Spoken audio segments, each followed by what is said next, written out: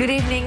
Developing now, crews are collecting the debris from today's deadly helicopter crash in New York. Yeah, they are putting together here for NTSB investigators to try and figure out what exactly happened. And here's what we know right now. 6 people killed when this sight-seeing helicopter crashed in the Hudson River. 5 of those victims were a family from Spain, which we now know included Agustin Escobar, his wife, and their 3 children. Escobar was an executive with the global technology company Siemens. Helicopter appeared to be in the air just for about 16 minutes before video shows it falling from the sky.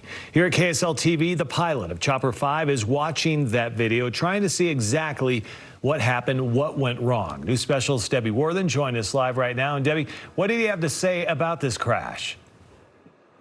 Yeah, well, Ben Tidswell has been flying over 20 years, 9,000 hours in the sky. And he says as he watches that, as it went down today, what happened there over the Hudson is rare. That's a very unusual thing to happen in any aircraft. They're built incredibly strong. To watch a helicopter fall from the sky in pieces leaves even longtime Chopper 5 pilot Ben Tidswell stunned. That kind of thing normally only happens in some kind of a catastrophe with an engine failure or a disconnection between the engine and the transmission and the rotor system. That's all speculation. He says in a crash like today's, the water would not soften the fall. There's 2 elements to this. And in this particular accident, it was a catastrophic failure at altitude, and the remainder of the wreckage fell basically at terminal velocity into the river. At that point in time, you're hitting the river.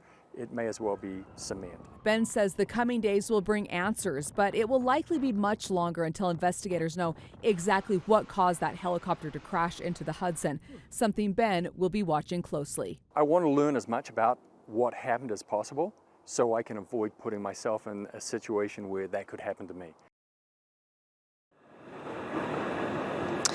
Now, the NTSB will likely have a preliminary report in the next few days, but it could be 2.5 years before we have the final conclusion to what happened out there today. I'll send it back to you. Yeah, some good insight, but that breaks your heart. Seeing that video is tough. All right, Debbie, thank you.